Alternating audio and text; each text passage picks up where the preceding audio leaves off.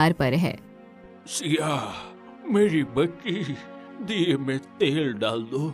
मुझे अंधेरे से डर लग रहा है। शायद मेरा वक्त आ गया है। नहीं पिताजी, ऐसी बातें मत कीजिए। मैंने जिया को हकीम के पास भेजा है, वो बस आती ही होगी। आप बस आंखें मत मूंदना। फिर जिया हाफते हुए कमरे में घुसती है और बोलती है, हकीम घर पर नहीं है दीदी, अब क्या होगा? पिताजी आप ठीक तो हो जाएंगे ना? चुप हो जाओ सिया, शोर मत करो। मेरे पास अब हकीम के लिए वक्त नहीं है। तुम दोनों पास आओ, मैं तुम्हें वो सच बताऊंगा जो मैंने आज तक छुपा कर रखा था। हम कोई मामूली गरीब नहीं है। ये सुन दोनों बहनें हैरान हो जाती है।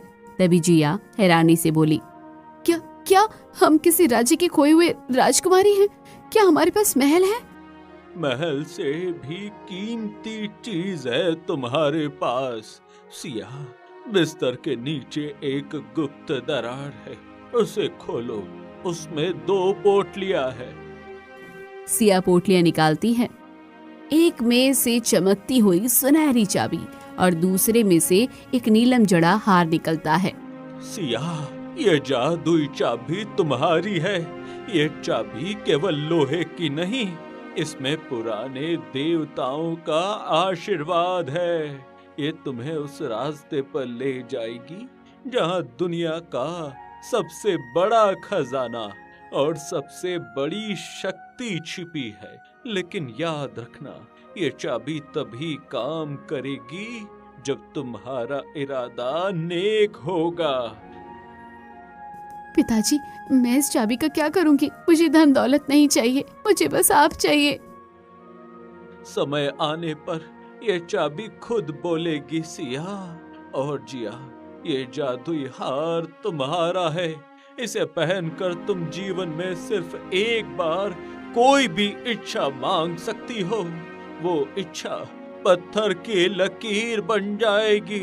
इसलिए इसे तब तक मत पहनना जब तक मौत सामने खड़ी न हो। जिया हार को चमकती देख खुश हो जाती है। वाह, ये तो बहुत सुंदर है। क्या मैं इससे बहुत सारा खाना और सुंदर कपड़े मांग सकती हूँ? लालच मत करना जिया, वरना ये हार तुम्हारी जान भी ले सकता है। और सुनो, वो जो बाहर कालू बैठा है, वो कोई साधारण कुत्ता नहीं है। वो मेरा सबसे वफादार दोस्त है। वो बोलेगा जब उसे लगेगा कि तुम दोनों खतरे में हो। वो बोलेगा।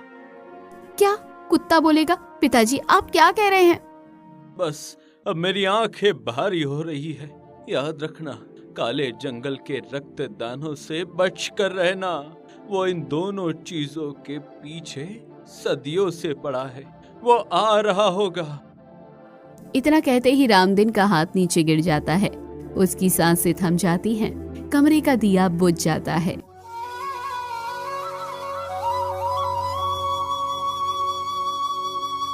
अगले दिन पिता का अंतिम संस्कार करने के बाद दोनों बहनें घर लौटती है। वो गुमसुम है। रोना धोना बंद करो लड़कियों, अब लड़ने का समय है। भूत भूत कुत्ता बोला। दीदी देखो, कुत्ता कालू बोल रहा है। सिया हैरान होकर पीछे हटकर बोलती है, पिताजी ने सच कहा था। कालू तुम कौन हो? मैं एक राक्षस हूँ सिया। तुम्हारे पिता ने मुझे एक श्राप से बचाया था, तब से मैं उनकी सेवा में हूँ। लेकिन अभी बातें करने का समय नहीं है। क्या तुम्हें महसूस नहीं हो रहा? हवा ठंडी हो रही है, चिड़िया खामोश हो गई है। इसका क्या मतलब है? इसका मतलब है कि रक्तदानों को पता लग गया है कि रामदीन मर चुका है। उसकी सेना इस झोपड़ी की तरफ बढ़ रही है। उसे वो चाबी और हार चाहिए। अगर उसे वो मिल गए तो वो अमर हो जाएगा और चारों तरफ अंधेरा फैल जाएगा। तो हम क्या करें? मेरे पास हार है। मैं अभी इच्छा मांगती हूँ कि वो दानव मर जाए। मूर्ख मत बनो जिया। दानव कोई साधारण शत्रु नहीं है, वो जादुई मायावी है। तुम्हारी एक इच्छा उसे शायद ही मार पाए और तुम अपनी सबसे बड़ी शक्ति खो दोगी। हमें यहाँ से भागना होगा। तभी झोपड़ी की छत जोर से हिलती है। बाहर से एक भारी और डरावनी आवाज आती है। रामदीन के बच्चों, बाहर आओ। वो चाबी मुझे दे दो और अपनी जान बचा लो। मुझे पता है वो सुनहरी चाबी सिया के पास है। अगर तुम बाहर नहीं आए तो मैं इस घर को कब्र बना दूंगा। ये सुन दोनों बहनें कांपने लगी। सिया कांपते हुए लेकिन मजबूती से बोलती है, कालू, हमें कहाँ जाना है? हम इस राक्षस से कैसे बचेंगे? मेरे पीछे आओ। झोपड़ी के पीछे एक गुप्त रास्ता है जो पुराने खंडहरों की तरफ जाता है। वहाँ दानव की शक्तियाँ कम हो जाती है। भागो। वो तीनों पीछे के रास्ते से भागते हैं। पीछे मुड़कर देखने पर उन्हें दिखता है कि एक विशाल लाल आंखों वाला राक्षस उनकी झोपड़ी को अपनी गदा से चकनाचूर कर रहा है। हमारा घर सब कुछ खत्म हो गया दीदी। चुपचाप भागो जिया। जब तक हमारे पास पिता की दी हुई चीजें हैं, हम हार नहीं मानेंगे। घंटों भागने के बाद वो एक गुफा के पास पहुंचते हैं जहां एक धूनी जल रही है। वहां एक वृद्ध साधु ध्यान में लीन है। साधु महाराज आंखें खोलते हैं। मैं बहुत देर से तुम रक्षकों का इंतजार कर रहा था। प्रणाम महाराज, हमें हमारे पिताजी ने भेजा है। हमें बचा लीजिए, राक्षस हमारे पीछे हैं। पुत्री, मैं तुम्हें रास्ता दिखा सकता हूँ, लेकिन लड़ाई तुम्हें खुद लड़नी होगी। सिया, तुम्हारी चाबी उस प्राचीन मंदिर का दरवाजा खोलेगी जहाँ राजकुमार आर्यन को कैद किया गया है। और जिया, तुम्हारा हार उस राजकुमार की सोई हुई शक्तियों को जगाएगा। लेकिन महाराज, पिताजी ने कहा था कि हार का इस्तेमाल सिर्फ एक बार होगा। क्या मुझे वो राजकुमार के लिए खर्च करना होगा? ये फैसला तुम्हें करना होगा जिया। क्या तुम अपनी एक इच्छा अपनी जान बचाने के लिए रखोगी या दुनिया को बचाने के लिए? याद रखना, सच्चा जादू त्याग में होता है, लालच में नहीं।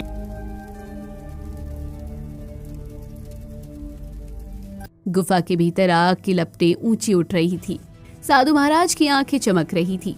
सिया और जिया जमीन पर बैठी उनकी बातें गौर से सुन रही थी। बेटियों, जिस रास्ते पर तुम निकलने वाली हो वो फूलों की सेज नहीं है।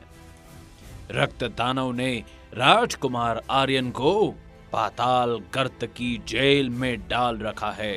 वो राजकुमार ही है जो उस दानव के अंत की गाथा लिख सकता है, लेकिन उसे छुड़ाने के लिए सिया की चाबी और जिया के हार का एक विशेष तालमेल चाहिए होगा। महाराज, मुझे धन दौलत या शक्तियों का कोई लालच नहीं, लेकिन मैं ये समझ नहीं पा रही कि मेरे पिता ने मुझे ये चाबी क्यों दी। मैं तो एक साधारण सी लड़की हूँ, मैंने तो कभी तलवार भी नहीं पकड़ी। साहस तलवार पकड़ने से नहीं होता सिया, साहस सही समय पर सही फैसला लेने में होता है। तुम्हारे पिता जानते थे कि तुम अपनी बहन की रक्षा के लिए अपनी जान की बाजी लगा सकती हो। यही निस्वार्थ प्रेम इस चाबी की असली ताकत है। और मेरा क्या महाराज, पिताजी ने कहा था कि मैं जो चाहूँ वो मांग सकती हूँ। क्या मैं ये नहीं मांग सकती कि हम वापस अपने पुराने दिनों में चले जाएं, जहाँ पिताजी जीवित थे और हमें कोई डर नहीं था? साधु महाराज मुस्कुराते हुए बोले, जिया, समय की नदी कभी पीछे नहीं बहती। अगर तुम अपने पिता को वापस मांगोगी तो शायद वो आ जाए, लेकिन वो एक जीवित शव की तरह होंगे, क्योंकि कुदरत के नियम को तोड़ना विनाशकारी होता है। अपनी इच्छा को उस समय के लिए बचा कर रखो जब तुम्हारी एक पुकार हजारों जिंदगियों को बचा सके। साधु की कुटिया से विदा लेकर वो तीनों घने जंगल में प्रवेश करते हैं। यहाँ पेड़ इतने ऊंचे हैं कि सूरज की रोशनी जमीन तक नहीं पहुँचती। अचानक एक गूंजती आवाज आती है और एक विशाल हाथी जैसा जानवर जिसके दांत सोने के हैं वो रास्ता रोक लेता है। रुको, इस वन की सीमा पार करने की अनुमति किसी इंसान को नहीं है। तुम यहाँ क्या करने आए हो? क्या तुम भी उस राक्षस के साथी हो? कालू आगे बढ़कर बोला। नहीं महाराज, शांत हो जाइए। मैं कालू हूँ, रामदीन का रक्षक। ये उनकी बेटियां हैं। हमें राजकुमार आर्यन को छुड़ाने के लिए पाताल गर्त की ओर जाना है।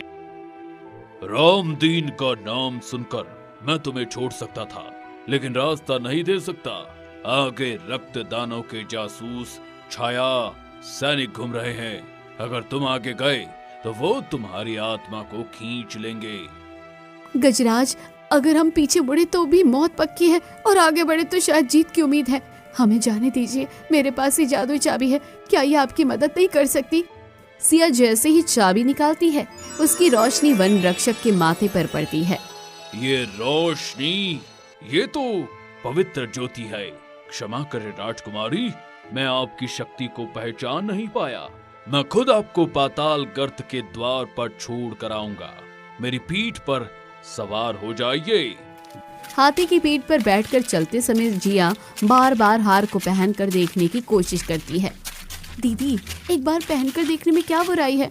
बस एक छोटी सी इच्छा मांगूंगी कि हमें भूख ना लगे। जिया, क्या तुम पागल हो गई हो?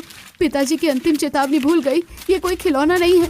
अगर तुमने अभी इसका इस्तेमाल कर लिया तो जब हम उस दानव के सामने होंगे तब हम निहत्थे होंगे। अपनी चंचलता पर काबू रखो। आप हमेशा मुझे डांटती रहती हैं। आप बड़ी है तो इसका मतलब ये नहीं है कि आप सब जानती हैं। अगर ये हार मेरा है तो फैसला भी मेरा होना चाहिए। जिया, सिया सही कह रही है। इस समय पूरा ब्रह्मांड तुम्हें देख रहा है। तुम्हारी एक छोटी सी गलती पूरी दुनिया को अंधकार में धकेल सकती है। देखो सामने, वो है पाताल गर्त का प्रवेश द्वार। सामने एक विशाल गुफा है जिससे धधकती हुई आग और धुएं की गंध आ रही है। वहाँ पत्थर के बने दो विशाल द्वारपाल खड़े हैं, जिनकी आंखों से अंगारे निकल रहे हैं। कालू, अब क्या करना है? ये द्वारपाल तो पत्थर के हैं, इन्हें कैसे हटाएंगे? इन्हें हराना नहीं है, इन्हें खोलना है। सिया, अपनी चाबी को उस द्वार के बीचों बीच बने छेद में डालो। और जिया, तुम्हें अपनी हार हाथ में लेकर शांति से प्रार्थना करनी होगी। पहनना नहीं है, बस प्रार्थना करनी है। ठीक है दीदी, मैं कोशिश करती हूँ। मुझे माफ कर दो, मैं अपनी जिम्मेदारी समझ गई हूँ। जैसे ही सिया चाबी लगाती है और जिया प्रार्थना करती है, गुफा के द्वार की आवाज के साथ खुलने लगते हैं। अंदर से एक चीख सुनाई देती है। वो राजकुमार आर्यन की है। कौन है वहाँ? भाग जाओ, यहाँ मौत का तांडव होने वाला है। गुफा के दरवाजे खुलते ही अंदर से गर्म हवा का झोंका आता है। चारों तरफ इंसानी हड्डियां बिखरी हुई हैं और दीवारों पर अजीबोगरीब आकृतियां बनी हुई हैं। सिया, जिया और कालू धीरे धीरे आगे बढ़ते हैं। दीदी, यहाँ तो बहुत बदबू आ रही है। मुझे ऐसा लग रहा है जैसे दीवारों की ये आंखें हमें देख रही हैं। क्या हम वापस नहीं जा सकते? अब पीछे मुड़ने का कोई रास्ता नहीं है जिया। अपनी हिम्मत बांधे रखो। कालू राजकुमार कहाँ हो सकते हैं? बताओ। सावधान, यहाँ की हवा जहरीली है। अपनी नाक ढक लो। राजकुमार को आग के कुंड के ऊपर लटकाया गया है। देखो वहाँ। सामने एक विशाल लोहे के पिंजरे में राजकुमार आर्यन जंजीरों से जकड़ा हुआ है। नीचे खौलता हुआ लावा बह रहा है। राजकुमार की हालत बहुत खराब है, लेकिन उसकी आंखों में अभी भी चमक बाकी है। तुम लोग कौन हो? यहाँ मौत के मुंह में क्या करने आए हो? चले जाओ, चले जाओ यहाँ से, इससे पहले कि खरदूषण वापस आ जाए। राजकुमार, हम आपको बचाने आए हैं। मैं सिया हूँ और ये मेरी छोटी बहन जिया है। हमारे पिता रामदीन ने हमें ये जादुई चाबी दी है। राजकुमार आर्यन चौंक जाता है। क्या तुम रामदीन की बेटियां हो? तो इसका मतलब है कि तुम ही वो रक्षक हो जिसका मुझे इंतजार था। लेकिन जल्दी करो, वो चाबी पिंजरे के ताले में लगाओ, वरना बहुत देर हो जाएगी। जैसे ही सिया पिंजरे की ओर बढ़ती है, अचानक एक भयानक हंसी गूंजती है और छत से एक विशाल अंधा इंसान और आधा सांड जैसा राक्षस नीचे कूदता है। वो खरदूषण है। छोटी चूहिया, तुम्हें लगा कि तुम यहाँ से राजकुमार को ले जाओगी, और वो भी उस कीमती चाबी के साथ? वो चाबी अब मेरी होगी और तुम्हारा खून इस लावे में मिलकर इसे और भी लाल बना देगा। कालू घुर्राते हुए, खरदूषण, तेरी मौत का समय आ गया है। इन लड़कियों को हाथ लगाने से पहले तुझे मुझसे लड़ना होगा। एक अदना सा कुत्ता, जा पहले जाकर अपनी पूंछ बचा। जिया जल्दी करो, मेरा हाथ पकड़ो और अपनी शक्ति का इस्तेमाल करो, मुझे राजकुमार तक पहुंचना है। दीदी मैं क्या करूं, मुझे डर लग रहा है। जिया डरो मत, अपने हार की शक्ति को महसूस करो, लेकिन उसे कभी मांगना मत। बस उसकी चमक का इस्तेमाल अंधेरे को दूर करने के लिए करो। जिया हार को हाथ में पकड़ती है। हार से एक नीली रोशनी निकलती है जो खरदूषण की आंखों को चुभने लगती है। मौका पाकर सिया पिंजरे के ताले तक पहुंच जाती है। हे पिताजी की जादुई चाबी, अपनी शक्ति दिखा और इस न्याय के योद्धा को आजाद कर। जैसे ही सिया चाबी घुमाती है, एक धमाका होता है और जंजीरें टूटकर गिर जाती है। राजकुमार आर्यन पिंजरे से बाहर कूदता है और सिया के हाथ से चाबी लेकर उसे एक दिव्य तलवार में बदल देता है। अब मेरा खेल शुरू होता है राक्षस। बहुत दिन तक तूने मुझे कैद में रखा, अब तेरा अंत निश्चित है। राजकुमार आर्यन और खरदूषण के बीच भीषण युद्ध शुरू हो जाता है। तलवार और गधा के टकराने से चिंगारियां निकल रही हैं। तू मुझे नहीं हरा सकता आर्यन, मेरे पास रक्त दानव का कवच है। तेरे पास कवच है तो मेरे पास इन बहनों की दुआएं और सत्य की शक्ति है। राजकुमार एक जोरदार प्रहार करता है। राक्षस दर्द से चीखने लगता है और धुएं में बदलकर गायब होने की कोशिश करता है। आज तुम जीत गए, लेकिन याद रखना, रक्त दानव खुद आ रहा है। वो तुम सबको एक साथ खत्म कर देगा। राक्षस के जाते ही गुफा शांत हो जाती है। राजकुमार आर्यन झुककर सिया और जिया का शुक्रिया अदा करता है। अगर आज तुम दोनों न होती तो मेरा अंत इसी पाताल में हो जाता। सिया, तुम्हारी चाबी ने न सिर्फ मुझे छुड़ाया बल्कि मेरी तलवार की शक्ति भी लौटाई, और जिया, तुम्हारी हिम्मत ने मेरा हौसला बढ़ाया। राजकुमार, क्या अब हम सुरक्षित हैं? क्या हम घर जा सकते हैं? अभी नहीं जिया, अभी तो हमें असली दुश्मन रक्त दानव के महल तक जाना है और वहां पहुंचने के लिए हमें बादलों की परी की मदद चाहिए होगी। सही कहा राजकुमार, लेकिन परी तक पहुंचने का रास्ता हवा के पहाड़ से होकर जाता है, जहां का रास्ता केवल सिया की चाबी ही खोल सकती है। हम तैयार हैं। पिताजी ने हमें इस मिशन के लिए ही चुना था और हम पीछे नहीं हटेंगे।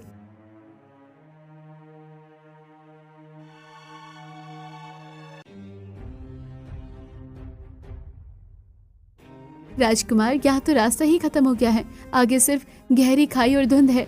हम परी को कैसे ढूंढेंगे? सिया, अपनी जादुई चाबी को आसमान की तरफ उठाओ। इसकी रोशनी ही बादलों का पर्दा हटाएगी।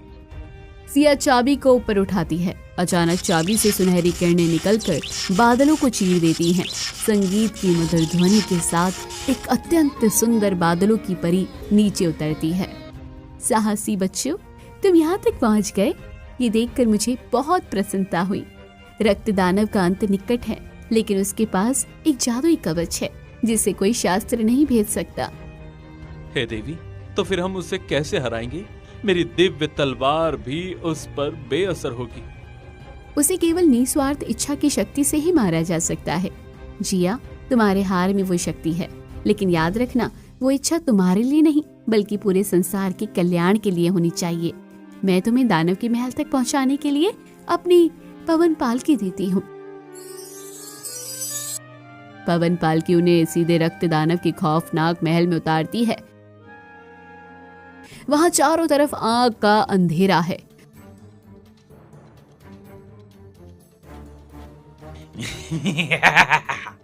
खुद चलकर मौत के मुंह में आ गए। लाओ वो चाबी और हार मुझे दे दो, वरना मैं इस पूरी दुनिया को राख बना दूंगा। राक्षस, तेरा पाप का घड़ा भर चुका है। आज पवन देश का राजकुमार तेरा अंत करेगा। राजकुमार और दानव के बीच प्रलयकारी युद्ध होता है। दानव अपनी गदा से प्रहार करता है। पूरी धरती कांप उठती है। राजकुमार अपनी तलवार से वार करता है, लेकिन दानव के जादुई कवच के कारण उसे खरोच नहीं आती। राजकुमार मुसीबत में है। जिया, अब समय आ गया है, तुम्हें अपने हार की शक्ति का उपयोग करना ही होगा। दानव ने राजकुमार को जमीन पर पटक दिया और अपनी गदा उठाने वाला है। जिया आगे बढ़ती है। उसकी आंखों में आंसू है, लेकिन चेहरा दृढ़ है। दीदी, पिताजी ने कहा था कि ये हार एक इच्छा पूरी करेगा। मैंने सोचा था कि मैं अपने लिए सुख सुविधा मांगूंगी, लेकिन आज मुझे समझ आया कि असली सुख दूसरों की जान बचाने में है। जिया जादुई हार को पहन लेती है। हार दिव्य नीली रोशनी से जगमगा उठता है। जिया चीखते हुए बोलती है, हे जादुई हार, मेरी अंतिम इच्छा सुन। इस दानव के जादुई कवच को नष्ट कर दे और इसकी सारी बुरी शक्तियों को हमेशा के लिए खत्म कर दे। एक जबरदस्त धमाका होता है।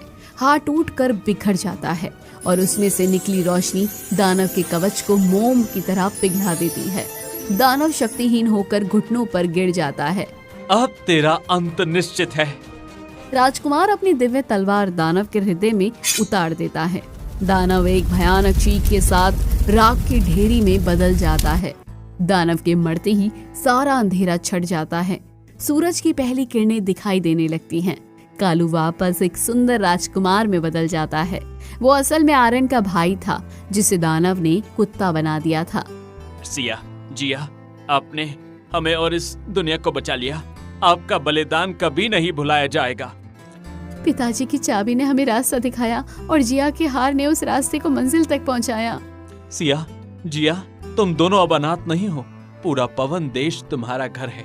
तुम दोनों वहाँ राजकुमारियों की तरह रहोगी।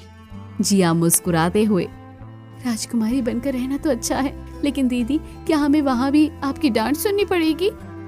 सब खिलखिलाकर हंस पड़ते हैं। सिया अपनी चाबी को अपने गले से लगा लेती है, क्योंकि उसे पता है कि असली जादू वस्तुओं में नहीं बल्कि साहस और एकता में होती है।